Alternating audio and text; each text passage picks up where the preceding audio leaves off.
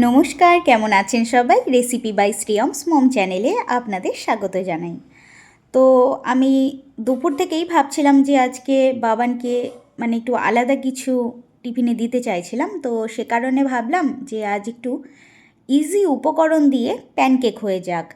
তো আমি যখন বানাচ্ছি, নতুন কিছু ট্রাই করছি, আপনাদের সঙ্গে শেয়ার করব না সেটা তো হতে পারে না। তো চলুন রেসিপিটি দেখে নিন। রেসিপিটি বানানোর আগে আরও একটি কথা বলে নিচ্ছি, সেটা হচ্ছে বাবানের বয়স এখন 1.5 বছর। তো এই প্যানকেকটি কিন্তু আপনারা 6 মাসের পর থেকে যে কোনো বাচ্চাকেই ট্রাই করে দেখতে পারেন, তাতে তাদের কোনো সমস্যা হবে না। তবে অবশ্যই ডিম আলাদা, কলা আলাদা, এইভাবে আগে ট্রাই করে দেখবেন কোনোটা ওর সহ্য হচ্ছে কি হচ্ছে না, তার ওপরে ডিপেন্ড করে আপনারা এই প্যানকেকটি অবশ্যই বানাতে পারবেন।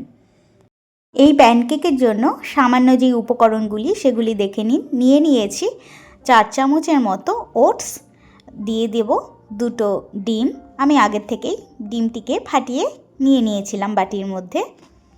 আর দিয়ে দিচ্ছি 2টো কাঁঠালি কলা, আপনারা যে কোনো কলাই এর মধ্যে ব্যবহার করতে পারেন। এখানে যদি সামান্য মিষ্টি আপনারা এক্সট্রা করে ব্যবহার করতে পারেন, তার জন্য বাচ্চা খাবে যেহেতু মেপল সিরাপ বা মধু, আর না হয়তো অবশ্যই গুড়ের ব্যবহার করতে পারেন। আরও একটা জিনিস আছে, সেটাও মিষ্টি করবে, সেটা হচ্ছে খেজুরও আপনারা এখানে পেস্ট করে দিতে পারেন। আর নিয়েছি পাউডার দুধ, বাবান যেই ফর্মুলা দুধটি খায় সেটিই ব্যবহার করেছি। আপনারা নর্মাল যে দোকানের গুঁড়ো দুধ, আমুলের হোক, আমুলিয়া হোক, ব্যবহার করতে পারেন। আর একটু সুন্দর স্মেলের জন্য দিয়ে দিয়েছি ভ্যানিলা এসেন্স। তো এবারে কিন্তু আমি এগুলোকে মিক্সিং জারের মধ্যে নিয়েছি, দেখতেই পেরেছেন।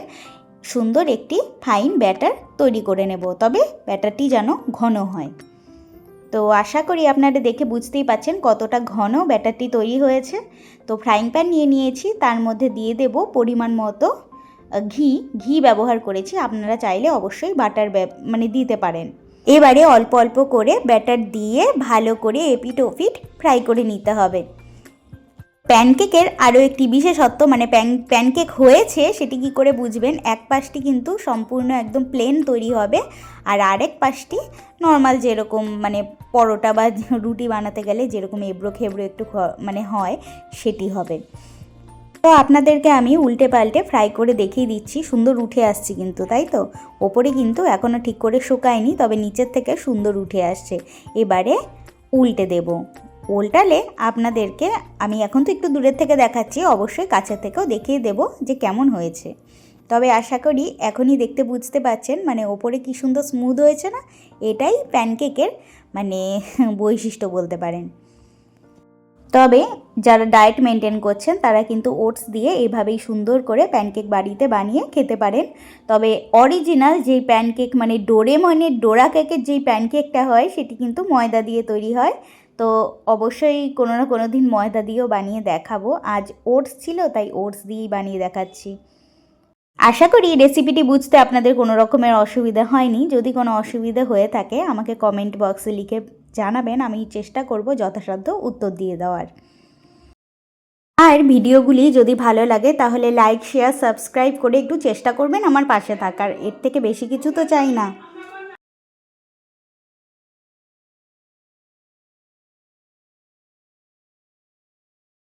সমস্ত প্যানকেক আমার ভেজে নেওয়া হয়ে গেছে। ফাইনাল লুকটি আপনারা দেখে নিন।